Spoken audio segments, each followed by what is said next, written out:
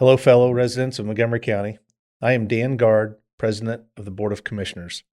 It is an honor to be with you today as we reflect on the progress the county has made in 2025 and look ahead to the opportunities and challenges before us in 2026 and beyond.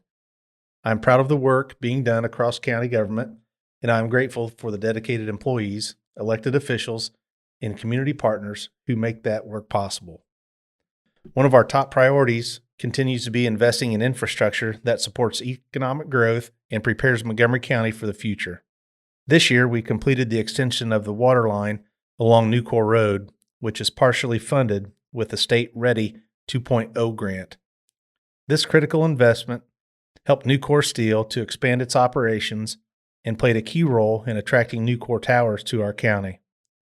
Projects like this demonstrate the importance of investing in our infrastructure that leads to new jobs for our residents and long-term economic stability for our county.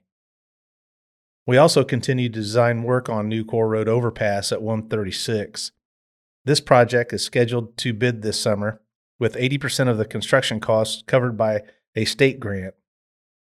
Construction is expected to begin in 2027. Once completed, this overpass will significantly improve safety while opening additional areas for future economic development. It is a major step forward for this growth corridor.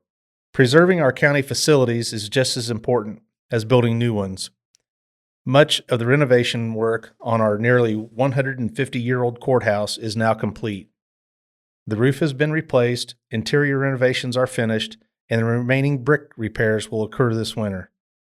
One of the most impactful improvements has been relocating the clerk's office to the first floor, improving accessibility and customer service for our residents. It is worth remembering that the courthouse cornerstone was laid on May 6, 1875. As we complete this renovation, we are honoring our history while ensuring this building continues to serve Montgomery County for generations to come. Strong partnerships make strong communities, and our collaboration with the City of Crawfordsville continues to deliver real results.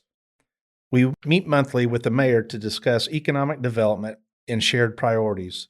The county and the city jointly financed the extension of Purple Heart Parkway, and its completion in 2023 has opened up new areas for both housing and commercial development. The city held a groundbreaking for new Kroger grocery store along the parkway extension, and housing projects are being planned for this area as well. We also worked with the city to secure a State Ready 2.0 grant for a housing program where new housing projects that meet certain criteria can receive a grant to assist with their infrastructure costs, which will help lower the costs of construction, an important step as we work to address housing needs across our community. Public safety collaboration has also been critical with the city. Emergency medical services, also known as EMS, in the county are being provided by the city through an agreement with the county. In 2025, the city made 1,268 EMS runs in the county. This partnership is a prime example of how working together benefits everyone we serve. Our county highway department continues to do outstanding work maintaining the county's infrastructure. Our highway department is responsible for more than 500 miles of paved roads, 300 miles of gravel roads, and numerous bridges. In 2025, $6.848 million was invested in roads and $1.574 million in bridges. 68 miles of paved roads received treatment, and 37 miles of gravel roads received additional gravel. Public safety remains a top priority for our county. The Sheriff's Office responded to more than 21,000 calls for service in 2025. We are grateful to our deputies and staff for their professionalism and dedication to keeping Montgomery County safe. The Sheriff's Office upgraded radios to enhance officer safety and improve communication. A new roof was also completed at the jail, projecting a critical county facility. Protecting property values and guiding responsible development remain central goals. In 2025, we continued the process of updating our zoning ordinance in order to address new and developing land uses. Specifically, we adopted zoning regulations for commercial battery energy storage and carbon sequestration. In 2025, we also began the process of creating regulations concerning data centers, and we approved the final regulation for data centers in January. These changes ensure transparency, public input, and thoughtful consideration of future land uses. During the process of amending our comprehensive plan in 2024, we heard from a lot of residents about their concerns and their vision for Montgomery County. We will continue to adopt land use regulations which are consistent with the wishes of our residents. I want to thank the citizens who serve on our Plan Commission and Board of Zoning Appeals. Their time, expertise, and commitment are essential to those decisions. Agriculture remains a vital part of our local economy. To support our farming community, the county surveyor invested $1.5 million in drainage construction projects to protect farmland from flooding. These investments help make farmland more productive and help prevent flooding. I want to thank all of our farmers for their assistance and cooperation in this process, and I want to thank our 4 citizen farmers who serve with Commissioner Jake Bolander on the Drainage Board for their service to our community. Addressing substance abuse continues to be a priority. Through the Opioid Settlement Fund, 12 organizations received a total of $191,608.47 to support programs aimed at reducing addiction in our county. A grant committee reviews applications with final decisions made by the commissioners. We are committed to ensuring these funds are used responsibly and effectively to make a real difference in people's lives. In October, Montgomery County proudly hosted the Motocross of Nations at Ironman Raceway. This internationally recognized event brought thousands of visitors from around the world and showcased our community on a global stage. I want to recognize the many organizations that made this event a success, including county employees from the Sheriff's Office, Dispatch Center, Emergency Management, and Highway Department, as well as the City of Crawfordsville, the Visitors Bureau, the Chamber of Commerce, NDOT, and the Indiana State Police. The parade through downtown Crawfordsville to kick off race weekend was truly special, with enthusiastic fans lining the streets and showing their support for teams from many different countries. Ironman Raceway is now being considered to host a future Motocross of Nations, and our community has proven it is ready to welcome the world again. Our employees are the backbone of county government.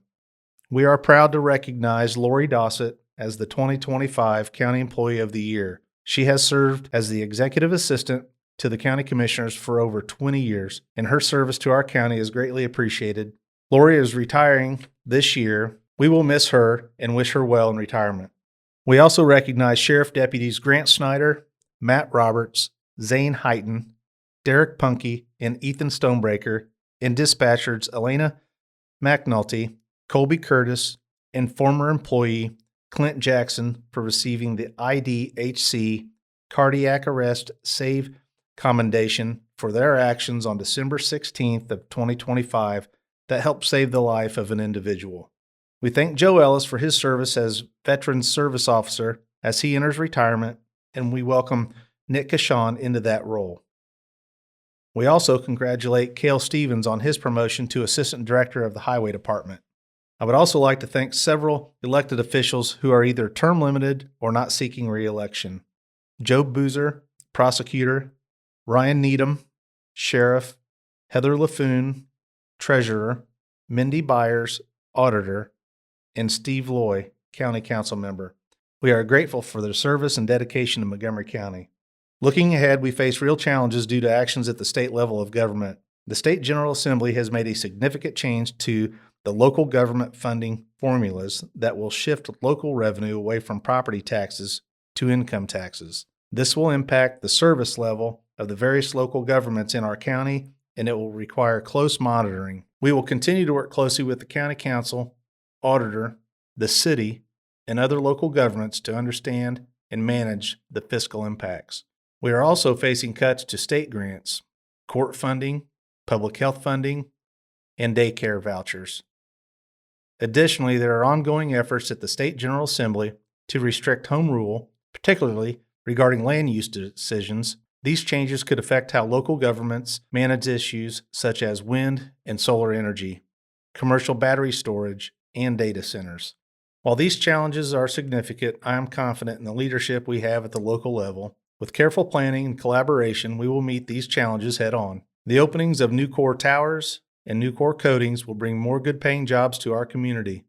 The Purple Heart Parkway area is poised for continued growth in retail and housing in Montgomery County remains a place of opportunity.